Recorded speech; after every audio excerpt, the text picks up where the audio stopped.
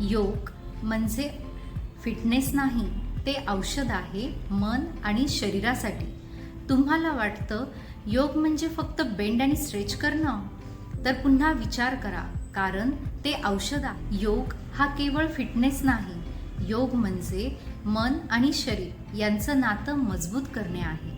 तुम्हाला जेव्हा थकवा येतो, मन थकते, मनातील विचार थांबत नाही, तेव्हा पेनकिलर लागत नाही, लागतो थोडा शांत श्वास, मनाचे धैर्य आणि एक आसन.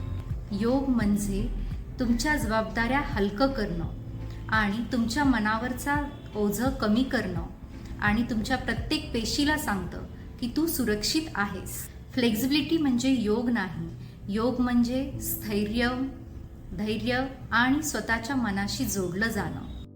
योग हे औषध आहे तुमच्या ताणासाठी आणि आतल्या मनाच्या थकव्यासाठी. आजपासून योगाला वर्कआउट म्हणून बघणं थांबवा, त्याला तुमच्या शरीराचं औषध बनवा, मनाचे, आत्म्याचे आणि शरीराचे.